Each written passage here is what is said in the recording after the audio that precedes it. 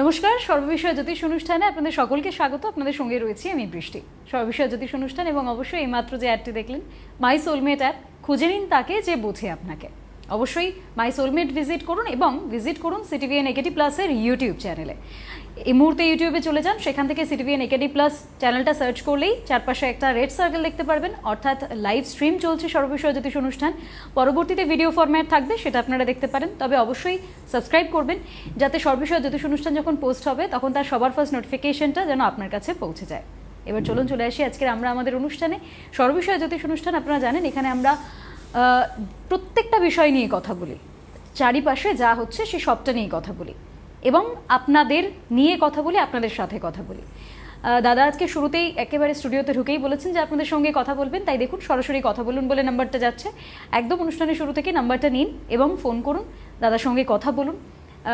তার অনুষ্ঠান, যার কথা আপনারা একেবারে আপ্তবাক্য তার শুনতে থাকেন, আমিও খুব একদম চুপচাপ থাকি, শুনতে থাকি।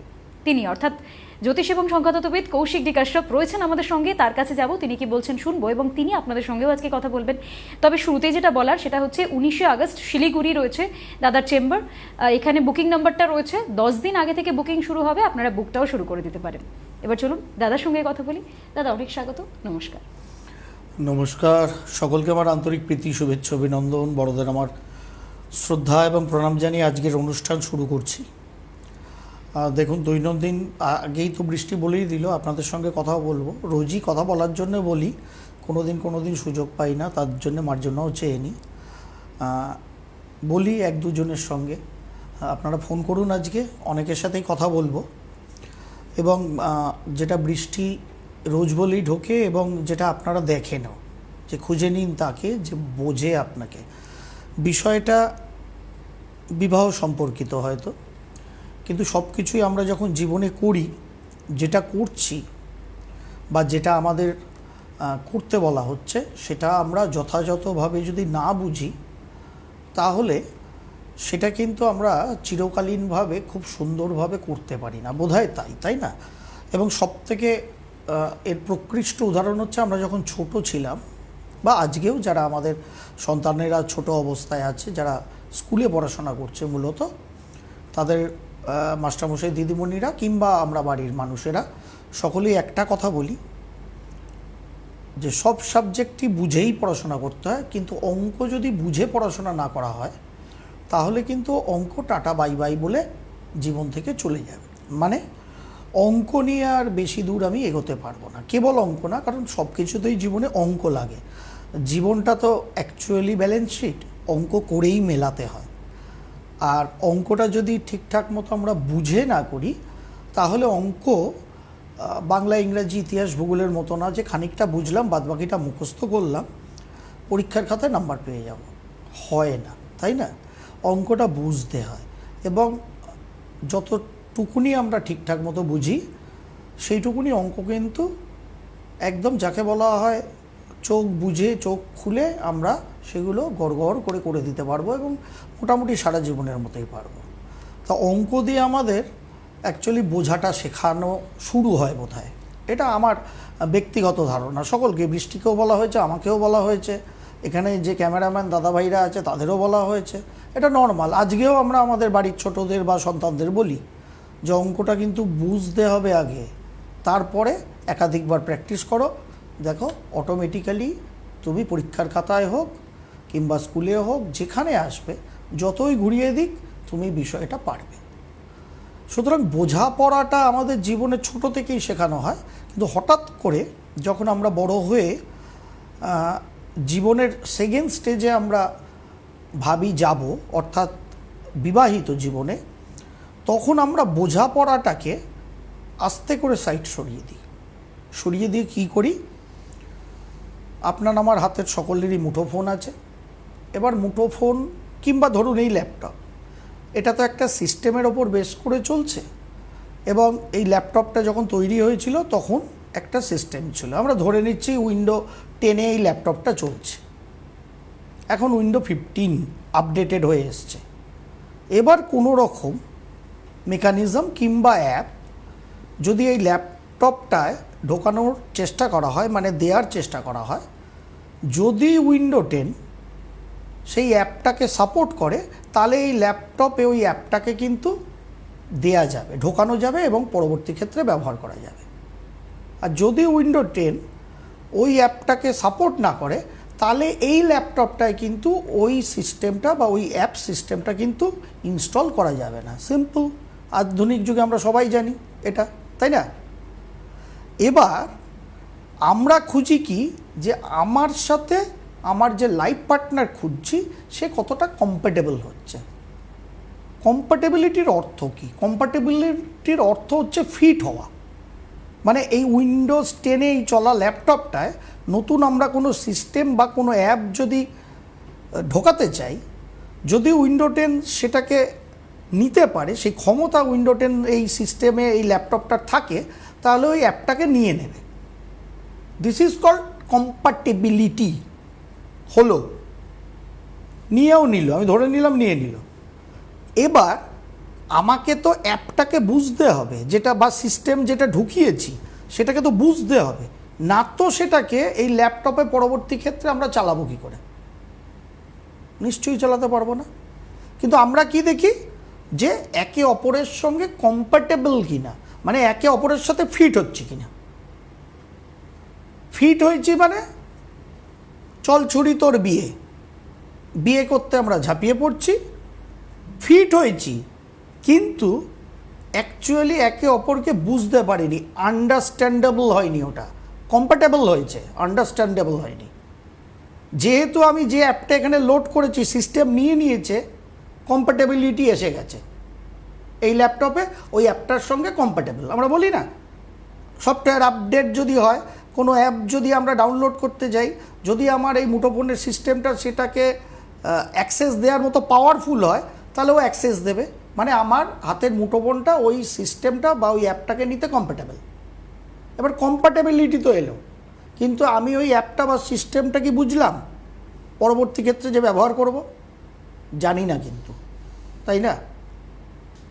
অতএব সিস্টেম বা অ্যাপটাকে ডাউনলোড হয়ে গেছে, কিন্তু আমরা ওটাকে ব্যবহার করতে পারছি না, কারণ সিস্টেম বা ওই অ্যাপটাকে আমরা বুঝিই নি তো, যে ওটা খায় না মাথায় দেয়। ঠিক আমাদের যে লাইফ পার্টনার আমরা খুঁজছি, জীবন সঙ্গী বা সঙ্গিনী, আমি এতটা পড়াশোনা করেছি, আমার ওয়াইফও এতটা পড়াশোনা করেছে, আমার ফ্যামিলি স্ট্যাটাসেই, আমার ওয়াইফেরও ফ্যামিলি স্ট্যাটাস মোটামুটি এই, আমাকেও এরকম ঋত্বিক রোশন মার্কা দেখতে, আমার বউকেও রশ্মিকা মান্দানার মতো দেখতে, ভেরি গুড, চলেগা, কম্ফর্টেবল, একে অপরের সাথে ফিট হচ্ছে। কিন্তু আমাকে সে কি বুঝেছে বা আমি তাকে বুঝেছি? সিস্টেমে অ্যাপটা ঢুকেছে, আমার সিস্টেম অ্যাপটাকে নিয়ে নিয়েছে, কিন্তু অ্যাপটাকে আমি বুঝি না, চালাতে পারবো না। সুতরাং কাউকে বিয়ে করলাম, সে আমার পক্ষে দারুণ ফিট, মানে কম্প্যাটেবল, চতুর্দিকে খুঁজে বেড়ান, কিন্তু বোঝেননি অপরকে, কেউ কাউকে বোঝেনি, হাজব্যান্ড ওয়াইফকেও বোঝেনি, ওয়াইফ হাজব্যান্ডকেও বোঝেনি, যার ফলে হই হই করে বিয়ে হলো, বিয়েটাই হলো, 6 মাস বাদে যা হওয়ার তাই হচ্ছে। এই যে সেন্সাস শুরু হয়েছে, সব থেকে মানে ভারতবর্ষের প্রধানমন্ত্রী কিংবা রাষ্ট্রপতি বা ভারতবর্ষের গণতন্ত্রের ব্যবস্থা যত না হ্যাপি, সব থেকে বেশি হ্যাপি মানুষের নাম কৌশিক ডিকাশ্যপ। কারণ এই সেন্সাস যখন আলটিমেট গিয়ে শেষ হবে, সে আপনি আমি হাতের মুঠোফোন বা ল্যাপটপ কম্পিউটারেই করি, আর মানুষ এসে আপনার আমার বাড়িতে নোট ডাউন করে নিয়ে যাক 33টা পোস্টের। যখন এই জনগণনা শেষ হবে না, তখন দেখবেন এই কম্প্যাটেবল হাজব্যান্ড ওয়াইফ খুঁজে নিন, যারা বড় বড় সংস্থাগুলো বিজ্ঞাপন দিয়ে আপনাদের অ্যাকচুয়ালি ফাঁসাচ্ছে ব্যবসার চালে, তাদের সুন্দরী মেয়ে আর সুন্দর ছেলে, পকেট ভরা মাইনে কিংবা দারুণ স্ট্যাটাস, তখন দেখতে পাবেন সেন্সাস শেষ হলে যে কম্প্যাটেবিলিটির পরিণতি ডিভোর্সের কত পার্সেন্ট ভারতবর্ষে। ডিভোর্স খালি, তারপরেও সেপারেশন থাকবে কিন্তু, কারণ আপনার মেয়েটা বাড়িতে চলে এসছে হাজব্যান্ডের বাড়ি থেকে, তারা লিগালি এখনও ডিভোর্স নয়, বাট সেপারেটেড, 1-2 বছর 5 বছর 10 বছর লিগালি সেপারেশন নেয়নি, যার ফলে তো সেন্সাসে নিশ্চয়ই আপনার মেয়েটা বা আপনি মেয়ের ডিভোর্সই সে, এই কথাটা নিশ্চয়ই লিখবেন না, কারণ লিগাল ডিভোর্স তো হয়নি। সুতরাং এই সেপারেশনটা ওই ডিভোর্সে আসবে না সেন্সাসে। সুতরাং ডিভোর্স যাদের হয়ে গেছে তারা লিখবে যে আমি ডিভোর্স করেছি, সেখানে টিক দেবে, এখন আমি একা, সেটা আমরা ডিভোর্স রেট পাবো, কিন্তু পেছনে যে সেপারেশনে দাঁড়িয়ে আছে নিম্নবিত্ত থেকে উচ্চবিত্ত মানুষ, লিগাল যারা ডিভোর্স নেয়নি, সেই পার্সেন্টেজটাও প্রায় সমপরিমাণ আসবে। তখন দেখবেন কম্পার্টেবল হাজব্যান্ড ওয়াইফ বা পাত্রপাত্রী যে ম্যাট্রিমনিগুলো খুঁজে খুঁজে এতদিন ছেলে মেয়ে বা ভাই বোনের বা নিজেরা বিয়ে করেছেন, তার পরিণতি কী হয়েছেন যারা করছেন তারা ভালো জানেন আমার থেকে, আমার নতুন করে বলে দেওয়ার কিছু নেই। কিন্তু এই কম্প্যাটেবল হাজব্যান্ড ওয়াইফ খুঁজতে গিয়ে পার্সেন্টেজটা ভারতবর্ষের সেন্সাসও কী দেখাচ্ছে, তখন এই মিয়ার কথা মিঠা বেশি মনে হবে। বৃষ্টি রোজ যেটা বলে অনুষ্ঠান শুরু করে সর্ববিষয়ে জ্যোতিষ, খুঁজে নিন তাকে যে বোঝে আপনাকে, আপনাকে যে বুঝবে অটোমেটিক্যালি আপনিও তাকে বোঝার চেষ্টা করবেন। এটাই বেসিক কেমিস্ট্রি। সুতরাং কম্প্যাটেবিলিটির পেছনে দৌড়াবেন না, আন্ডারস্ট্যান্ডেবিলিটির পেছনে দৌড়ান। তার জন্যেই মাই সোলমেট আমার চিন্তা ভাবনা সামাজিক এই ডিভোর্সরূপী অবক্ষয়কে আগামী ভবিষ্যতের প্রজন্মের জন্য, আমার আপনার জীবনের জন্য আটকানোর একটা পন্থা বা চেষ্টা। কতদূর সফল হব আমি জানি না, কিন্তু নিশ্চয়ই প্রচুর পরিমাণ হবই হব। আপনি আমি যদি একটু চোখটা খুলি, শুধু ওই অ্যাপ সিস্টেম বা কোনো কিছুর মতো খালি কম্প্যাটেবল, খালি ফিট করেছে তাই মালা বদল করেছি, এটার থেকে মুখ ঘুরিয়ে বলেন না আমরা একে অপরকে বুঝি তাই বিয়ে করছি সুখী বিবাহিত জীবনের জন্য। শুধু বিবাহের জন্য বিয়ে করবেন না, সুখী বিবাহিত জীবনের জন্য বিয়ে করুন। যারা চান তারা মাই সোলমেটে ড্রাইভ দিচ্ছেন, একদিন নয় কাল, কাল নয় পরশু, নয় তরশু, ধৈর্য ধরুন, নিশ্চয়ই হবে। কারণ আপনাদের আমাদের সামগ্রিকভাবে মাই সোলমেটকে এগিয়ে নিয়ে যেতে পারলে আপনাদের জীবন যখনই দুর্দান্ত সুস্থ সুন্দর চিরকালীন বৈবাহিক জীবনে রূপান্তরিত হতে থাকবে, তখন ওইটাই একটা সামাজিক রূপরেখা তৈরি হয়ে যাবে, যেরকম ভারতবর্ষের বিগত আমাদের সংস্কৃতি সংস্কার অনুযায়ী বিবাহিত জীবন যাকে বলে সেটা ফিরে পাওয়ার জন্য, সেটা ফিরে পাওয়ার জন্য কোনো আন্দোলন করার দরকার হয় না, সেটা ফিরে পাওয়ার জন্য অন্য কিছু করার দরকার হয় না, কেবলমাত্র শাস্ত্রটাকে বোঝার দরকার হয় এবং সেটাকে যথাযথ প্রয়োগের দরকার হয়।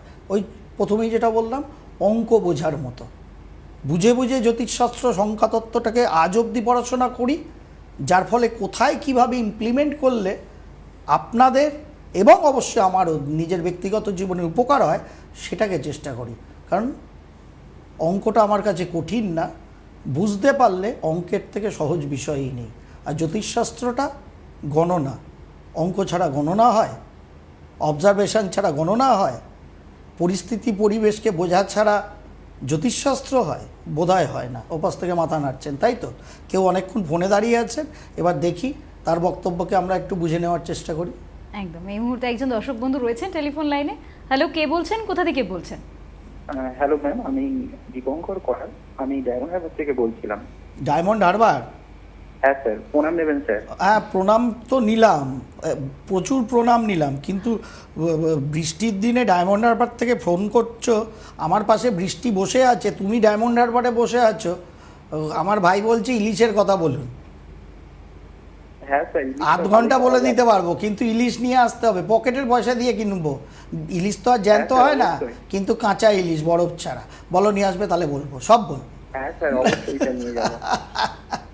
বলো ডেট অফ বার্থ বলো সাহেব, কার জন্য? স্যার আমার জন্য স্যার। বলো ডেট অফ বার্থ বলো। Sir 27 June 97। 27 June 1997। Very good. তারপর? স্যার সময় হচ্ছে 3:45 AM।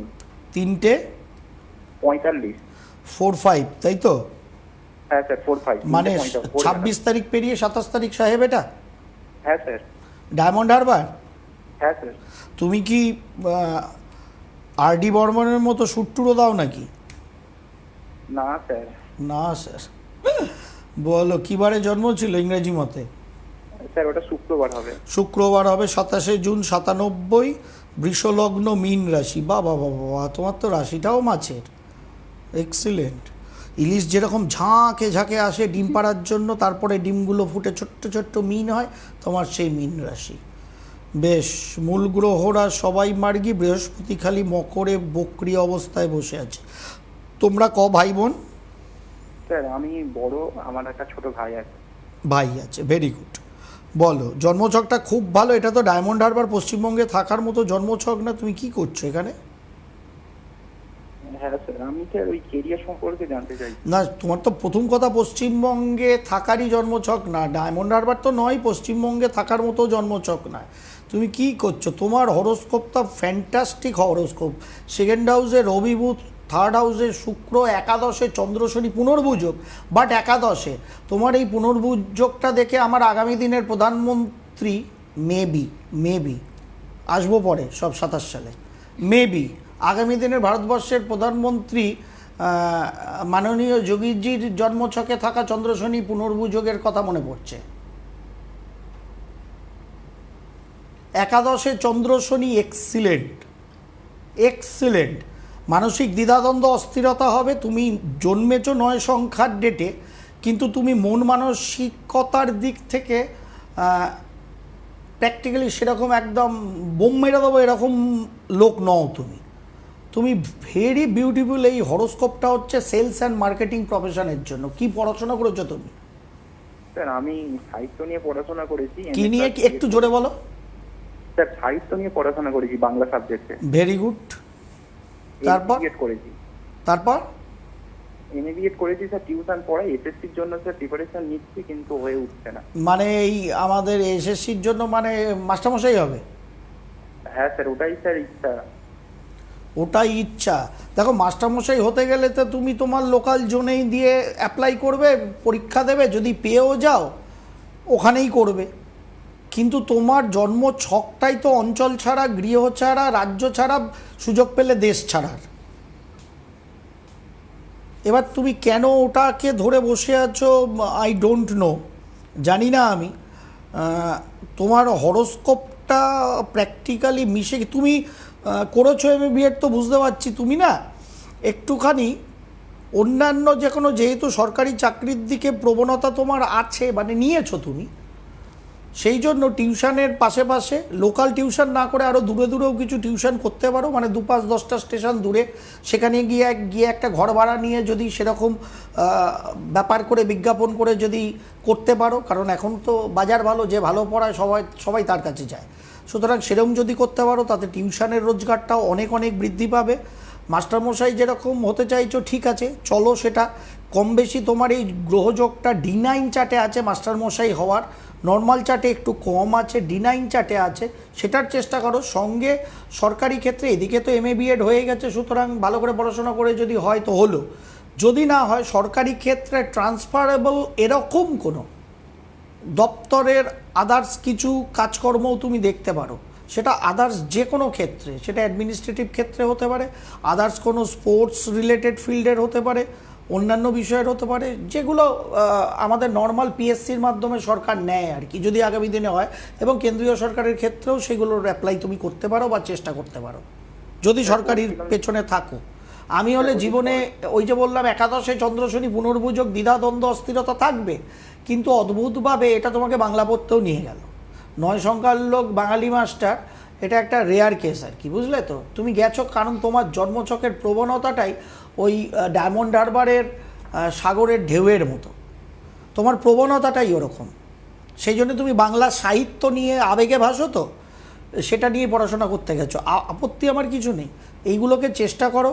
বর্তমান সময় এমনিতে যথেষ্ট ভালো সময় তোমার জন্যে কিন্তু চলছে। যতই 7.5 থাক, এই 7.5তেই তোমার একটা প্রাপ্তি ভালো হওয়া উচিত, বুঝতে পেরেছো সাহেব?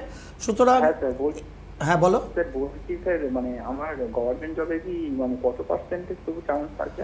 পার্সেন্টেজ চান্স নেই আমি বলবো না, D9 চার্টে বেশি চান্স আছে, নর্মাল চার্টেও খানিকটা অবশ্যই চান্স আছে। যেহেতু নবম দশমপতি একাদশে গেছে, এর থেকে ভালো কিছু নেই। কিন্তু ষষ্ঠপতির সঙ্গে লগ্নপতির সাথে ডাইরেক্ট কোনো কানেক্টিভিটি দশমপতির নেই। D9 চার্টে তোমার দ্বাদশপতির সঙ্গে দশমপতির লগ্নে স্টে করেছে।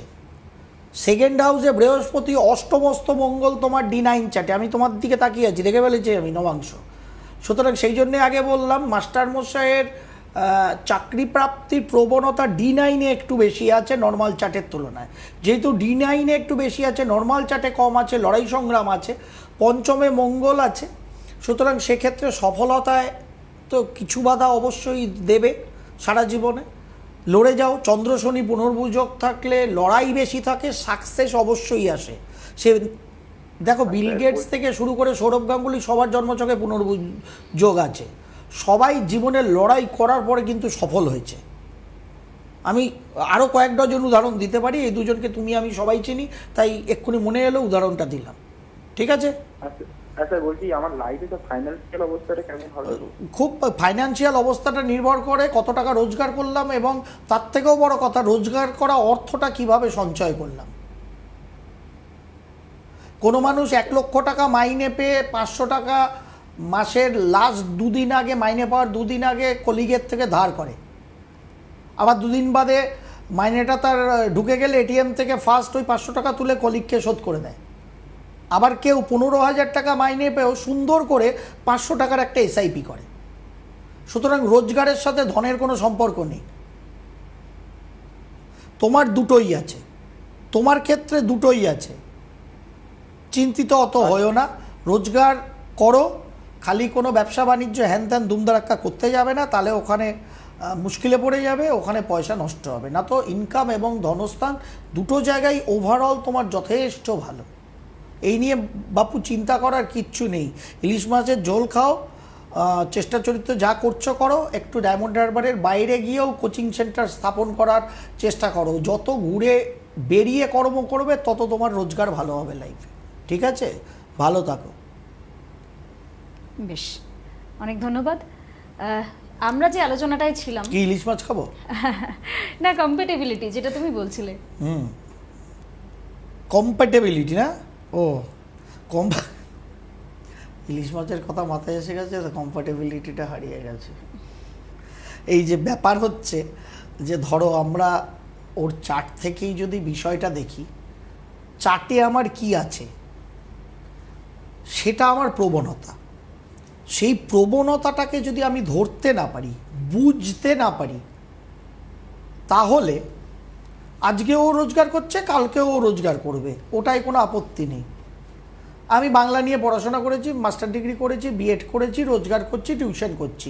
আরও অঞ্চলের বাইরে গিয়ে আরও চেষ্টা করলে ধীরে ধীরে এটা আরও বৃদ্ধি পাবে, আরও রোজগার বাড়বে, কিচ্ছু যায় আসে না তাতে। কিন্তু ওর জীবনের প্রবণতাটাই ছিল বাড়ির বাইরে, প্রয়োজনে রাজ্যের বাইরে, সুযোগ পেলে দেশের বাইরে পালিয়ে যাওয়ার। সুতরাং এটা আমরা বুঝলামই না। তার মানে ফার্স্টেই ম্যাথামেটিক্সটা না বুঝে মুখস্থ করে অঙ্ক করলাম। ম্যাথামেটিক্সটা কোথায় ছিল? জ্যোতিষশাস্ত্র, সংখ্যাতত্ত্ব যদি মান্যতা দিই তাহলে আমি খালি নিয়ে থাকলাম আমার যেটা শ্যুট করেছে, বাংলা শ্যুট করেছে, বাংলা পড়াশোনা করেছি, এমএ করেছি, বিএড করেছি, কম্প্যাটেবল, কিন্তু কেন করেছি বুঝিনি, যার ফলে ওইটুকুনি দিয়ে যা আসছে তাতেই হ্যাপি থাকছি, চাইলে যে কোনো সময় ডিভোর্স দিয়ে পালিয়ে যেতে পারি। ব্যাপারটা এরকম। একদমই তাই। আজকের জন্য আমরা অনুষ্ঠান এখানেই শেষ করছি। রবিবার থেকে বুকিং হবে, শিলিগুড়ি শুরু হবে 9 তারিখ থেকে, রবিবার, আগামী রবিবার 9 তারিখ থেকে শুরু হচ্ছে, 19 তারিখ শিলিগুড়ির চেম্বার, আপনারা চলে আসুন সেখানে। আজকের জন্য আমরা অনুষ্ঠান এখানেই শেষ করছি। আপনাদের সকলকে অনেক ধন্যবাদ। নমস্কার দাদা। নমস্কার।